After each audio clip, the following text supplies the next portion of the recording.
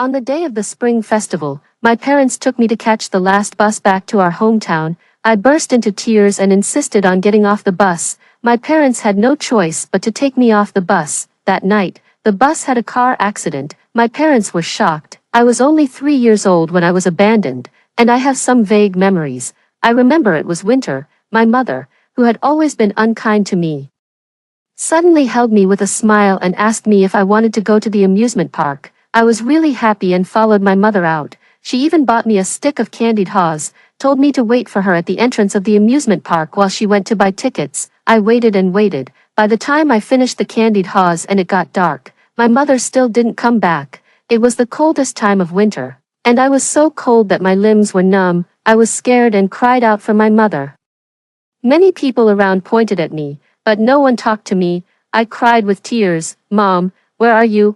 I won't eat candied haws anymore, and I won't go to the amusement park either. Please don't abandon me." But there was no response. Strangely enough, even though I was only 3 years old, I vaguely realized that my mother didn't get lost. She abandoned me. My mother really hated me, even loathed me, because there was already an elder sister in the family, and I was another girl. My birth shattered my mother's dream of having a son. Since I was born, my mother treated me like an enemy, beating and scolding me frequently and often not allowing me to eat. I was so helpless, standing on the street. I didn't know what to do. I almost never had the chance to go out, and I didn't know the way home at all. Just as I was crying my heart out, a woman wearing a cotton coat hurried up and squatted down to hug me. She took off her coat and wrapped it around me. The cotton coat still carried her body temperature, and it was really warm. With snot and tears all over my face, I leaned into her arms and whispered, "Auntie, my mom doesn't want me anymore." At that time, my adoptive mother thought I was just a child talking nonsense. Full of indignation, she took me to the police station. They found my biological mother through my name, and she took me to my biological mother's house. "Your child was lost. How can you, as a parent, just sit at home?" My adoptive mother was a bit angry when she saw my biological mother slowly coming to open the door. My biological mother's first reaction when she saw me was to frown tightly and scold my adoptive mother. "Mind your own business. What does it have to do with you?" From this sentence, my adoptive mother knew that she had deliberately abandoned me. She had a quarrel with my biological mother. My biological mother refused to take me back. In a fit of anger, she simply said, "If you don't want such a good child, I'll raise her." After saying that, she picked me up and left. However, she was only in her 20s at that time. She already had a biological son at home, and she was worried that my adoptive father wouldn't agree when she brought me back. My adoptive father was indeed shocked at first, but when he saw me, his heart softened. He pushed me to the stove and fed me hot water, saying, "How did such a little child get frostbitten hands? It's really pitiful."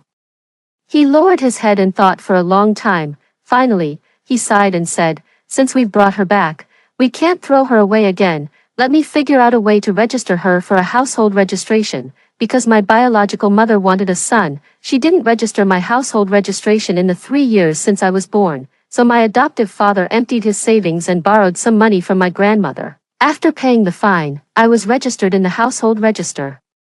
My original name was Stephanie, my biological father's name was Charles, and my biological mother's name was Fiona. Then I got a new name, Anna, because my parents hoped that I would be safe. The process of integrating into the new family went smoothly, since they didn't have a daughter in this life, and all the grandchildren were boys. My grandparents unexpectedly liked me, especially my grandmother. She said my round face made me look lucky and doted on me a lot. My brother Kevin also cherished me. He had always wanted a sister, and even though he wasn't much older than me, he spoiled me like an adult. In the new home, I ate a drumstick for the first time, put on new clothes, and went to the amusement park. But the small town was really small. Even though my parents tried not to let me meet my biological parents, I still ran into them when I was 4 years old. It was New Year's Eve of the second year. My parents, my brother, and I were carrying a lot of things and were about to take a bus back to the countryside for the spring festival. At that time, the long-distance bus didn't go into the village. It stopped at the gathering point in the town, and we had to find our own way back to the village. Coincidentally, my adoptive parents and my biological parents bought tickets for the same bus. Fiona recognized me at a glance. She shrank to the side in disgust, as if there was something dirty on me. My adoptive mother also recognized Fiona, her face darkened, and she sat aside with me in her arms. My adoptive father was on high alert, afraid that Fiona's family would take me back. Fiona couldn't help but sneer when she saw their nervous expressions. What's so precious about a girl? Look at how scared you are. Don't worry, I already have a son. If you like this Jinx, you can keep her. As she spoke, she stroked her slightly swollen belly and smiled brightly. I was too young at that time and didn't remember her very well, and I didn't understand what she was saying. My adoptive mother's expression turned ugly. She was about to retort while holding me, but my brother was faster, like a young calf. He rushed towards Fiona in a fit of rage. My sister is not a Jinx, you're a bad woman. My adoptive father quickly stopped him and glanced at Fiona, saying, we already have a son. We don't care, our Anna is fine, you'd better be careful. Don't give birth to a Jinx. My adoptive father's words were really cutting. When Charles heard his beloved son being scolded, he stood up on the spot and wanted to pick a fight with my adoptive father. However, for no apparent reason, I suddenly felt uncomfortable and burst into tears. While crying, I said intermittently, Mom, I feel bad, I want to get off the bus. My adoptive mother was scared. She felt all over my body and asked, Anna, where does it hurt? Is it your stomach? With tears in my eyes, I said, I don't know, I just feel so bad. Mom, can we get off the bus? I don't want to take this bus. This was the last bus for the spring festival. Otherwise, my adoptive mother wouldn't have endured the anger and gotten on the bus with Fiona. But my adoptive parents didn't hesitate. They picked me up and got off the bus. Behind us, Fiona laughed mockingly. This is the last bus. I told you she's a Jinx. She has so many problems. Be careful, she brings bad luck to all of you. My adoptive mother didn't pay attention to her. Her face turned pale, and she was about to take me to the hospital. However, as soon as I got off the bus, I felt better. My adoptive parents were still worried. They took me for a checkup. The doctor said I was very healthy. And then they were relieved, after leaving the hospital. There was no more bus. My adoptive parents had to take me and my brother home. The four of us spent the spring festival together. We found a public phone booth and called the village to explain to my grandparents that we would go back early the next morning. My grandparents weren't unhappy. They just told us to be careful on the way. The next morning, when we arrived at the bus station, we found that the atmosphere was rather tense. The driver looked very solemn. In the past, these drivers were all carefree. They had run this route hundreds of times and had it memorized. In those days, the supervision was loose, and some drivers even drank a little while driving, but this time, the driver sat upright with a serious expression. My adoptive mother was curious and secretly asked the ticket seller, what's going on? What happened? The ticket seller was a gossipy person. She lowered her voice and said to my adoptive mother, well, it's about the bus last night. It was fine all day, but the last bus overturned and fell into a ditch. Goodness, my adoptive mother immediately broke into a cold sweat, and even my adoptive father sat up straight. The ticket seller continued to sell tickets, but my adoptive parents were very worried. My adoptive father wiped the sweat from his forehead and said in a trembling voice, the last bus, is it the one we were supposed to take yesterday? My adoptive mother's face turned pale, too. That's the bus, my goodness. If Anna hadn't been feeling uncomfortable and made a fuss, she hugged me tightly, as if trying to draw some reassuring strength from me. Our Anna is really a little lucky star. She saved our lives. My adoptive father reached out and took me into his arms. That's right. Fiona called her a Jinx. I was right yesterday. The one in her belly is the Jinx. After returning to the village, my grandparents hugged me and kept calling me their dear. They said with lingering fear, you don't know. Several people died in that bus yesterday, and the driver died on the spot. Our Anna is really lucky. She saved both of you. You must treat Anna well. My adoptive mother smiled and said, Mom, what are you talking about? Of course, we'll treat our own child well. By the way, Charles's family was also on that bus yesterday. How are they? Charles's family. My grandfather frowned. He was lucky enough to survive, but he was injured. His leg was broken. They couldn't treat him here. And the doctor said he needed an amputation. They went to the provincial city last night. His wife, my grandmother glanced at me, seeing that I was happily playing with the little chicks at home with my brother and not listening. She whispered, she lost the baby. It was a male fetus and had already taken shape. She cried so much that she fainted. My adoptive father couldn't help but gloat. Serves them right. They called our Anna a jinx. I heard that Charles quit his public job to have a son. Now he has lost his job and his child. All his efforts were in vain. My adoptive mother gave him a pat. Stop gloating. But she couldn't help but curse. Serves them right. They shouldn't have called our Anna names. I didn't know all this, and my adoptive parents never told me. This was the first time my extraordinary luck showed. At that time, my adoptive parents didn't take it seriously and just thought it was a coincidence. A series of things happened later, which confirmed that I was really a little lucky star in the family. After this narrow escape, my family's development became smoother and smoother. My parents partnered with friends to do business. It just so happened that those few years saw particularly good development. Before long, they established their own company. Our family's financial situation also improved. At that time, I was already in primary school, after school every day. I would go to my father's company to play. When I went there that day, the uncles and aunts who usually talked and laughed with me had serious expressions. My parents hurried out of the office. My mother came over, squatted down, and said to me, "Anna, how about asking Sister Lily to send you home? Your father and I have something to do and need to go out." I looked around, pouted, and said, "Where are you going? I want to go too." At that time, I didn't think much about it. I couldn't really describe how I felt, but I really wanted to go with them. I was usually very obedient. My mother was a bit taken aback when she heard me say that, but she still persuaded me. "Your father and I have something very important to do. Be good, Anna." "Okay." I lowered my head and didn't say anything, silently protesting. My father on the side was anxious and said, "There's not much time left. If Anna wants to go, let her come with us. But Anna, don't make a fuss when we get there.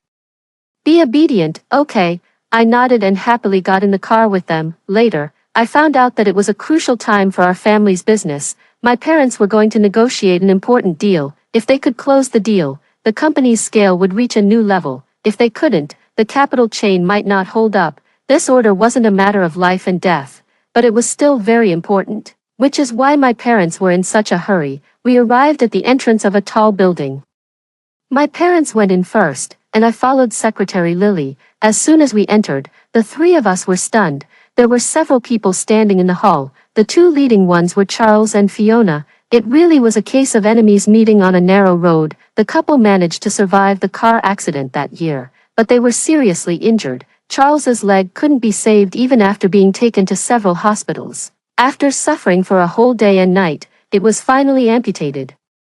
That wasn't the worst part. The worst was that he injured his private parts when he fell. The doctor said it would be very difficult for him to have children in the end. The two of them really are a match made in hell. Fiona had a massive hemorrhage during her miscarriage and had her uterus removed. She also gave up on the idea of having a son. It's ridiculous. These two people were willing to abandon their own daughter to have a son. Now they're both infertile and can forget about it.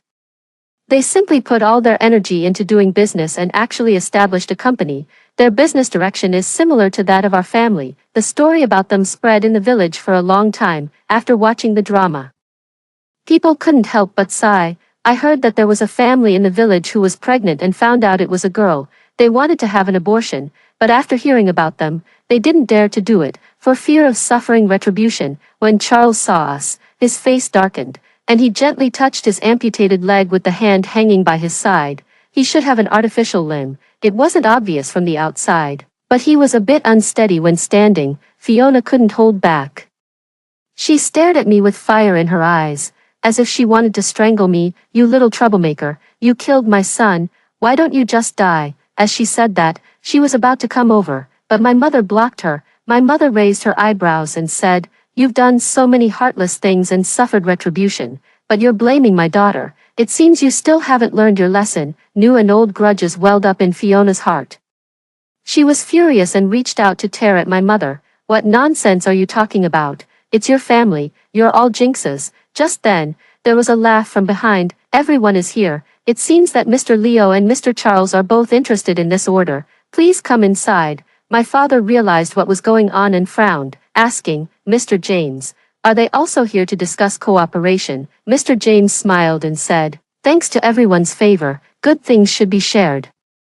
I turned my head to look at the man with a smile on his face and frowned slightly. The man in front of me was about 30 or 40 years old, He was wearing a neat black suit and a well-made overcoat. He was quite tall and looked very capable, but there was no trace of a smile in his eyes behind the rimless glasses. He looked like he was smiling on the surface but not in his heart, giving off a rather sinister feeling. My first reaction was that I didn't like him.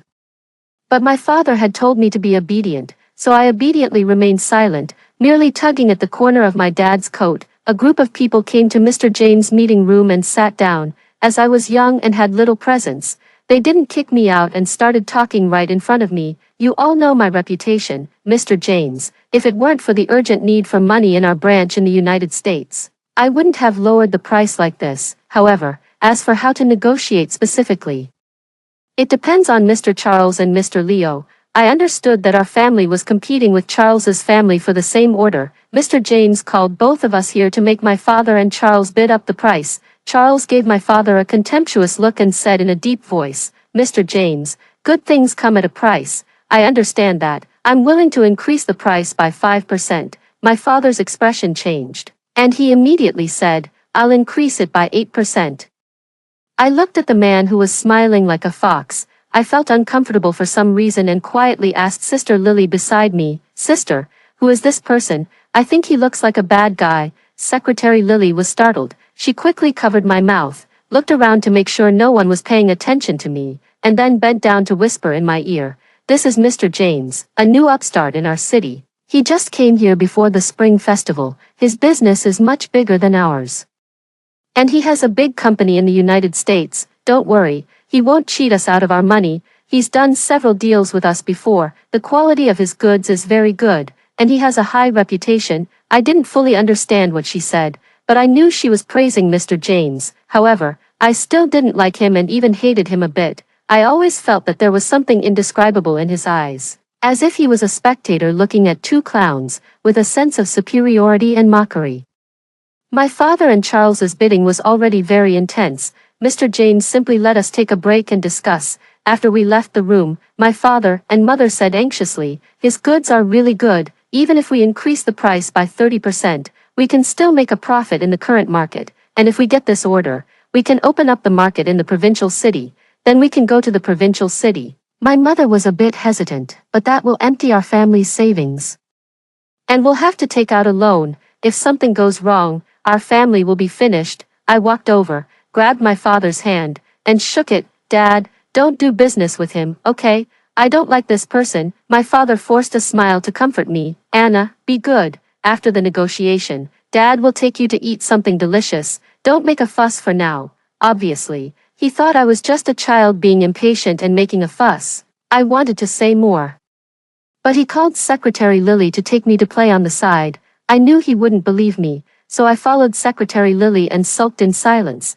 After discussing for a while, my parents finally made up their minds. "Let's go for it. If we win this, we'll make a fortune." Mr. James hasn't had any problems with his previous deals. There's no reason for us to have problems either. When we entered the conference room again, Charles also seemed to have made a decision and kept bidding against my father. 10%, 15%. My father gritted his teeth and said, "I'll increase it by 18%. Charles sneered and chased after him, 20%. By then, our family's profit margin had been greatly compressed. My father's face turned pale. He glanced at my mother and then said resolutely, "I'll increase it by 25%. What do you think, Mr. James? This price is unprecedented."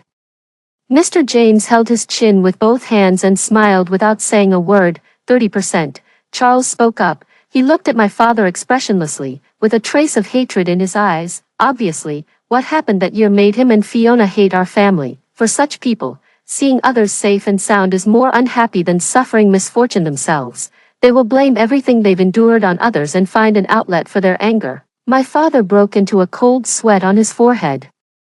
He glanced at my mother and then was about to speak again. Just then, I spoke up. I frowned and said, "Dad, don't do business with this person. I hate him." My father's words caught in his throat, and he turned to look at me in shock. For a moment, the conference room was so quiet that you could hear a pin drop. Everyone's eyes were on me. "What are you talking about, Anna?" After the shock, my mother came to her senses, quickly ran over to cover my mouth, and apologized to Mr. James with a smile.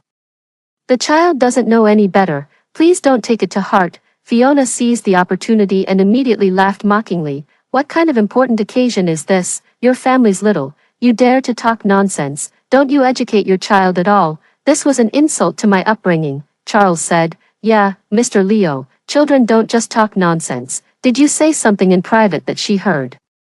You're being a bit. He glanced at Mr. James and smiled. It's too disrespectful. These words were really cutting. The smile on Mr. James's face also faded. My father quickly explained, No, Mr. James, how could I? The child is just speaking without thinking. I'm not talking nonsense. I argued loudly. I really don't like him. Dad, don't be deceived by him. In business, the word deceive is a serious accusation. Mr. James's expression completely fell. He said coldly. Since your daughter has spoken up, it's meaningless for me to force the issue, Mr. Charles.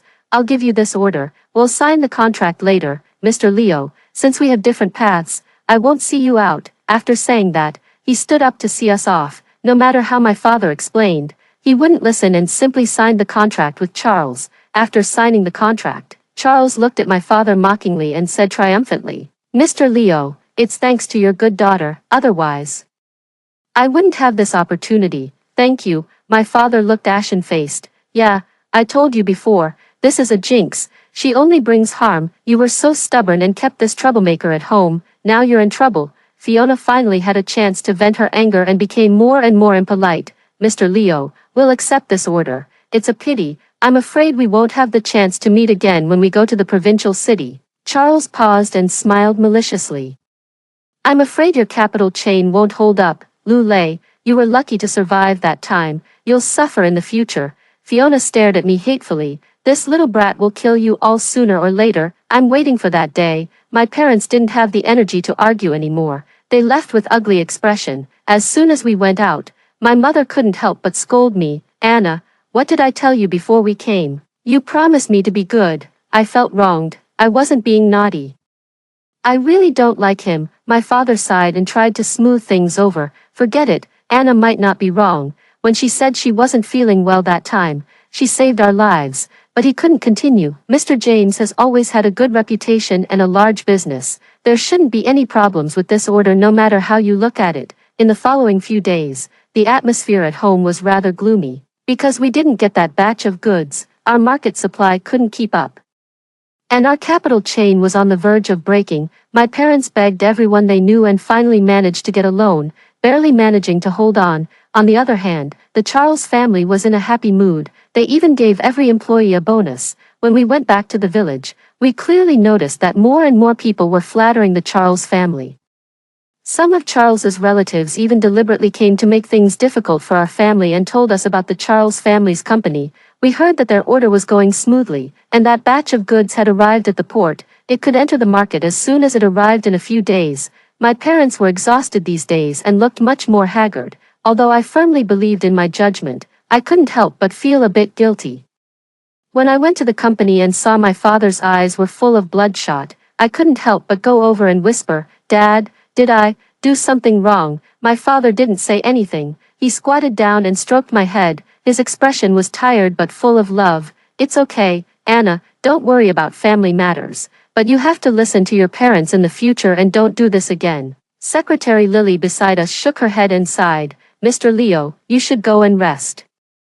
You still have to negotiate business later. You haven't had a rest for several days because of getting that loan. The HR frowned. But Mr. Leo, we can't even pay the salaries next month. I'm afraid if this goes on, it's okay. My father waved his hand, his voice hoarse. I'll go to the bank again this afternoon. A living person won't be choked to death by urine. Just then, the door was suddenly pushed open, and the sales manager's face appeared outside. He looked anxious. Not even bothering to wipe the sweat off his head, he was out of breath from running in a hurry. My father was taken aback. What's going on? Then his expression changed. What's happened now? Is it the Charles family or the bank? The sales manager was panting so hard that he could barely speak clearly. It's the Charles family. My father stood up, his expression serious. What's wrong with the Charles family? Are they trying to trip us up? No, no. The sales manager waved his hands in a hurry. After catching his breath, his eyes shone with excitement. Mr. Leo, the young lady is amazing, that James is really a liar, the Charles family is looking for him now, they're going crazy." My father was shocked. For a moment, everyone was too stunned to speak. The sales manager finally stood up, wiped the sweat off his forehead, and said excitedly, "It's true. The batch of goods was supposed to arrive at the port last month. But James kept delaying. He said the process was underway one day and that there was a problem with the customs and we had to wait the next day." Charles kept waiting. "Guess what happened?" my father said anxiously. "Tell me quickly." The sales manager scratched his head sheepishly. "Well, that James ran away a few days ago." At first, Charles didn't know. Later, he went to his company to look for him, but the place was empty, and there was nothing left. Later, Charles asked someone to check that company in the United States. When they went to the tax bureau, they found out that it was just a shell company, registered specifically to deceive people. He kept changing places. He's long gone. He's a professional liar. I heard he's deceived people several times in the South, and his reputation is really bad. We in the North didn't know because we're so far away. That's why we almost fell for it." The HR was shocked. That order was worth more than 18 million. He emptied the Charles family's savings. How could they just let it go? What can they do? The sales manager winked. "He's so unlucky. The liar and his company are both gone. He might have even reached the other side of the earth by now. Where can Charles find him? I heard that they can't even pay their employees' salaries now. The employees are going to the warehouse to take things as payment. It's all in chaos." The bank also came to ask for the loan. If they don't pay it back, the bank will mortgage their house. Other companies that they owe goods to also came to ask for the goods. The place is as crowded as a market. I almost got crushed. It turned out that he had gone to spy on the enemy. No wonder he was so tired. Several adults looked at each other, and they all saw the shock in each other's eyes. Just now, we were feeling bad about not getting that order. How could things take such a sudden turn? "I think our young lady is really amazing. She could tell he was a liar at first sight." "Anna," my father turned to me, his expression incredulous. "How did you know he was a liar?" I thought for a while. His eyes were hateful. "He looked at you guys like you were fools." My father was speechless, but after a moment, he became happy. He waved his hand cheerfully. "Come on, I'm happy today. I'll give everyone a day off, and we'll go and see the commotion." We drove all the way to the Charles family's company. When we got there, we realized that the sales manager wasn't lying. There were several groups of people blocking the door. There were bank staff in work uniforms, people yelling at Charles to pay back the money, and employees carrying things in and out. Charles's face was ashen. He was tired and kept explaining over and over again, "Everyone, we were scammed too. Give me some more time. Let me get some money back. I'll pay you back as soon as I have the money." "Bullshit," a bald man with a face full of flesh spat. "You were scammed, but it's not our fault. That batch of goods was 30% cheaper than the market price. Even a fool could tell there was something wrong." Mr. Leo also went to see it. "He didn't buy it. With your brain, you shouldn't be in business. You might as well take out the money now. We're all waiting to go home for the spring festival." "Yeah. Why were you the only one who got scammed out of so many people?" I heard that Mr. Leo almost fell for it too. It was his daughter who said that guy was a liar, so he didn't buy it. People around were talking. My father blushed and reached out to touch my head. "Thanks to you, otherwise, I would be in big trouble now." Fiona said loudly. "It's not like we wanted to be scammed. We don't have the money. If you have the ability, go and ask James for the money." She had lost a lot of weight these days, and her cheekbones, which were already high, became even more prominent. She looked like skin and bones. The bald man sneered. "It's you who owes us money, not James. Why should we look for him? We're here for you. Will you pay or not?" "No." "Fine." The bald man rolled up his sleeves and was about to step forward. Fiona was so scared that she quickly hid behind Charles. Charles was disabled and couldn't react in time. The bald man pushed him to the ground.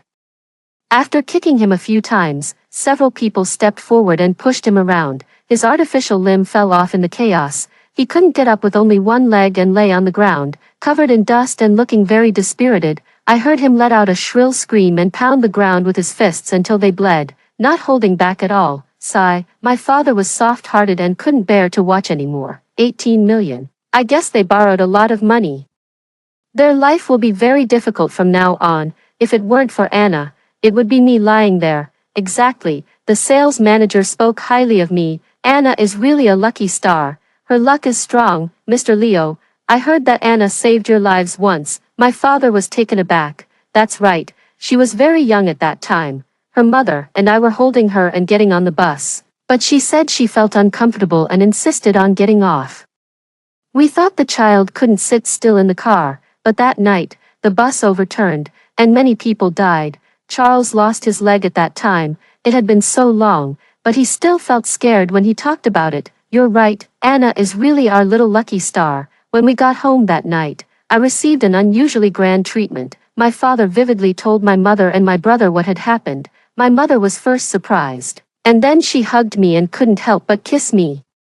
My good daughter, you saved our family again. My goodness, that was more than 18 million. If we had fallen for it, we would have to live under a bridge now. Exactly, you didn't see what Charles looked like. My father clicked his tongue. It was really pitiful. My mother also sighed. My brother suddenly said coldly, their family looks like a jinx. They're bound to have bad luck sooner or later. He still held a grudge against Fiona for scolding me. After this incident, my parents started to attach great importance to my judgment. They would take me with them every time they negotiated a cooperation. I usually kept quiet, but whenever there was a problem, I would stop my father. Soon, our family's business became booming, and we even expanded to the provincial city. I don't know who spread what happened before. It spread in the village. Many people secretly made fun of the Charles family. Some people with bad relations even went to their house and deliberately taunted them. At first, they had a daughter with good luck, but they didn't want her and heartlessly threw her to others. Now, they can't have a son, and they've lost their good luck. Don't you think some people are really strange? They were born with bad luck. The child they had ended up bringing good luck to someone else's family, and they've suffered retribution. Two women were chatting and eating sunflower seeds at the door. Fiona couldn't stand it and rushed out with her hair in a mess, hysterically shouting, "You old shrew, what are you talking nonsense for? It's none of your business to gossip about our family's affairs. What are you so anxious about?" The woman said unhurriedly with a smile. "I wasn't talking about you. Why are you getting so worked up?" Fiona saw me passing by. She originally wanted to scold me, but she suddenly stopped. She didn't scold me as she used to. Instead, she looked at me with a complicated expression. I was a bit scared and quickly ran back. We thought the Charles family would calm down after these two incidents, but unexpectedly, the night before I started school, our whole family was sitting on the sofa watching TV. When we changed the channel, we suddenly saw Fiona. It was our local TV station, and the program was rather rustic. Our family didn't like to watch it. My mother suddenly sat up straight. Was that? Obviously, we all saw it. After looking at each other, we quickly tuned back. Fiona on the TV was crying hysterically, but there were no tears. "My child," she shouted loudly, "my child who was lost for 12 years. She's my biological daughter. She was abducted by others, and they refused to give her back. Why is my life so miserable?" Charles was also silent beside her, looking sad. The host felt sorry for them and introduced to the camera. Mary said that her child was abducted when she was 3, she just found her recently, but the people who abducted the child refused to give her back. They even instigated the child to say that we threw her away. What kind of tragedy caused this mother-daughter separation for so many years? Let's listen to what Mary has to say. Fiona couldn't wait to take the microphone. "When my daughter was 3, I took her to the amusement park, but when I went to buy a candied haw, the child was gone. I've been looking for her all these years, but I couldn't find her. A daughter is the flesh and blood of her mother. I couldn't eat or sleep well. I kept thinking about my child. She was so good at acting and crying that the host was touched. Only my parents were fuming with anger. Even my mother, who had good manners, couldn't help but curse. She's so shameless. How dare she say that, afraid that it would affect my mood." My parents held back their anger and asked my brother to take me back to my room and not watch this. Unexpectedly, when I was at school the next day, the teacher called me out. There were a lot of people in the office, and reporters from the local TV station were also there. As soon as Fiona saw me, she cried and rushed towards me. "My child, my daughter." I was taken aback and then dodged her in disgust. "I already have a mother. Stay away from me, look." A trace of disgust flashed in Fiona's eyes, and she said loudly, "It's that group of human traffickers who turned her into this. They're preventing us from recognizing each other." I was furious. Who are you calling human traffickers? You clearly threw me away because I was a girl. My mother picked me up. You're lying. Everyone looked at Fiona. She was stunned, and Charles beside her spoke up. He looked at me, his eyes full of disgusting pretense, and said in a low voice, "Child, they must have told you that. We're your biological parents. Which parents in the world don't love their children? Don't be deceived by them." Yeah, even the host disagreed. "Child, you're being too unreasonable. There's no such thing as a bad parent. How can you listen to what the human traffickers say? You're treating the enemy as your own family." I was so angry that I tried my best to refute, but no one listened to me. Fiona's voice drowned mine out. She kept shouting. The office door wasn't closed, and many classmates outside were watching the scene, looking at her vulgar appearance and blushing face. I felt so ashamed. I was persuaded for a long time that day. No one believed me. I cried and went out feeling wronged. Secretary Lily, who came to pick me up, was so scared that she quickly sent me home. My parents were so angry when they heard what happened today that they were shaking. They never expected these two people to be so vicious that they would target a child like me. I don't know what means the Charles family used. The interview today was quickly spread in the news. The news spread all over our small city. It even spread online. Some busybodies posted the video on TikTok. Soon, it gained a lot of traffic and even made it to the trending list. The video was edited in a tricky way. The contrast between Fiona's crying and my indifference was very strong. They were described as poor parents who had lost their child, looking extremely pitiful. Netizens were furious and started scolding. Human traffickers deserve to die. They should be sentenced to death. Look at how this mother is crying. If my child was abducted for so long, my heart would be broken. The child is so heartless. She's so cold to her biological mother. It would be better not to have such a child. She must have been brainwashed. The human traffickers definitely said something bad about her biological parents to keep her. We tried to defend ourselves, but no one believed us, and the comments didn't even stir up the slightest wave. Our home phone number was leaked by someone we didn't know, and my parents received harassing phone calls and cursed text messages every day. The company's office phone was also constantly ringing off the hook. Many bosses who didn't know the truth terminated their cooperation with my father. This incident almost ruined our lives. At first, we thought that once the hype died down, things would get better, but it seemed that the Charles family had no intention of letting us go, and the hype kept getting more and more intense. They swaggered to our house and wanted to take me away. "This is our child. You're the ones being shameless and stealing our child." Fiona laughed triumphantly. "If you don't hand over the child, I'll make you lose everything and be disgraced." My father's face turned livid, and he couldn't help but curse. "Bullshit. You were the ones who disliked Anna because she was a girl. Do you have any shame?" Charles gave a sneer and lit a cigarette. "Mr. Leo, it doesn't matter what you say now, but Anna is indeed our child. We wronged the child before. It doesn't matter. We can make up for it later. It's not right for you to keep someone else's child. Go to hell," my father said and was about to rush forward, but my mother stopped him. She pointed at Charles and cursed. "Don't think I don't know what you're up to. If you want to take Anna away, you'll have to step over my dead body." "Fine, you have guts." Charles gave her a thumbs up and spat on the ground. "I'll see how you die. With all the spit from everyone, they can drown you." There were few newsworthy things in the small city, and the heat of this incident wouldn't subside. People started blocking the entrance of my father's company. Some brought wreaths, and some blocked the door, scolding everyone they saw. We approached the program team to clarify the situation, but the program team didn't want to give up the hype and kept evading us. We got an explanation video from an insider, but we were called liars and cursed to die a bad death. The initial program was so popular that everyone believed Fiona's words. Just when we were almost desperate, a video suddenly appeared online. It was a chat record between Fiona and Charles, and it seemed to be recorded by the surveillance camera in their house. In the video, Fiona and Charles were sitting on the sofa chatting.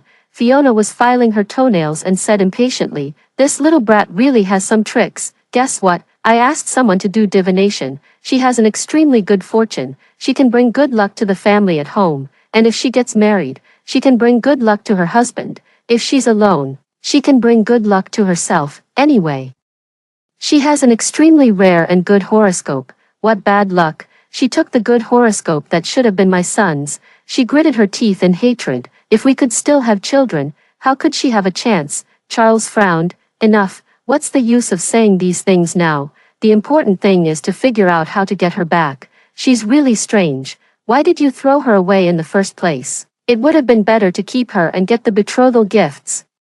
This is even better, Fiona gave him a glare. We don't have to raise her, we can just take advantage of the situation, then we can make her serve us for the rest of her life to pay off the debt. This little brat doesn't even recognize her biological parents. She doesn't think about the fact that if it weren't for us, she wouldn't even be here. She's such an ungrateful wretch.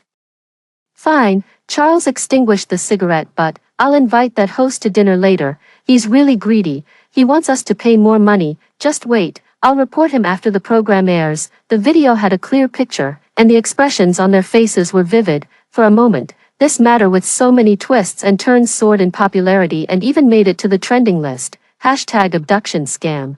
Hashtag Fiona Charles. Hashtag liar couple.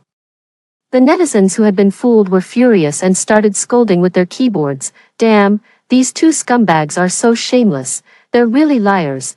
They disliked her because she was a girl and threw her away. Now they want to take advantage of the situation. I've really seen it all. Wait, doesn't this constitute the crime of abandonment? I remember the child's adoptive parents said that they threw the child away in winter when the child was only 3. Isn't that attempted murder? I'm a bit ashamed. I also saw that clarification video before, but I thought they were lying and even scolded them. I'll go and apologize right away. Me too. I'll also apologize. The netizens dug out that the video was leaked from an electrical appliance repair shop. The surveillance camera in the Charles family's house was broken and sent for repair those days. When the boss was repairing it, he casually watched a few videos and unexpectedly saw this part. He had also watched Fiona's heartrending program about looking for her child and felt sorry for her. But now that he saw their true colors, he was so angry that he simply posted the video. Although this matter wasn't very moral, the netizens all cheered. Fiona and Charles's reputation was completely ruined. Many local netizens who had been fooled blocked the door of their house and even splashed paint and excrement on the door. I saw many videos taken by TikTok netizens. Fiona rushed out to argue with the netizens, but she was splashed with excrement. The filth flowed down her body. She let out a scream and quickly closed her mouth. The local bosses united to boycott the Charles family. Charles had just received a sum of money through donations from enthusiastic netizens and planned to make a comeback, but he was directly sued in court and forced to give the money back. Charles was unwilling and planned to run away with the money, not even taking Fiona with him. As a result, he was in such a hurry to run away and was so guilty that he ran a red light when crossing the street and was directly hit by a car and sent flying. Well, he lost his other leg and could only lie in bed. Fiona, who was supposed to take care of him, was so angry that he ran away with the money that she simply left him alone to die in bed. We thought that was already bad enough. But then some netizens called the police and reported that they had abandoned the child, according to the law.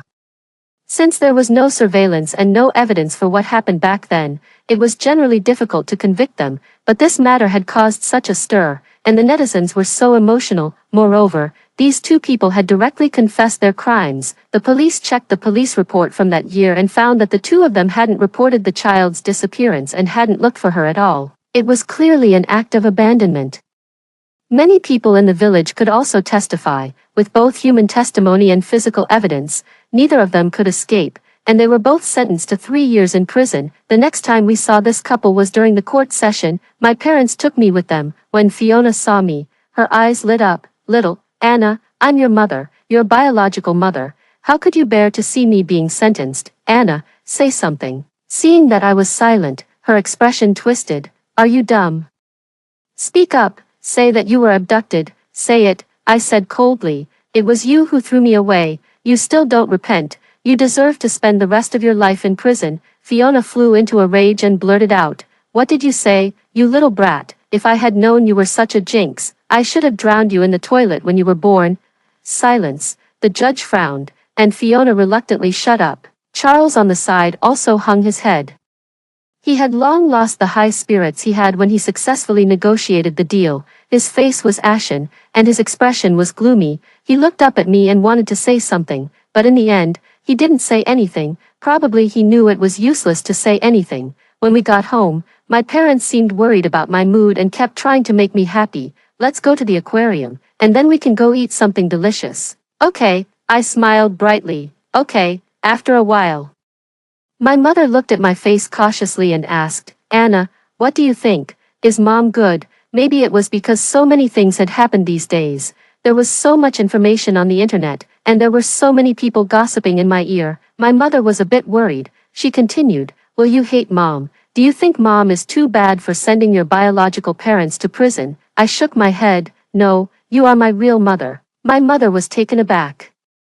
Then her eyes showed a complicated expression, and a smile couldn't help but appear on her lips. The worry between her eyebrows gradually dissipated. You little sly one, she smiled and poked my forehead. You only know how to say sweet words. I chuckled. I was telling the truth. Since the day when I was 3 years old and she wrapped her cotton coat around me, she became my mother. From that moment on, the blood ties of the past were completely cut off, and we had a new bond.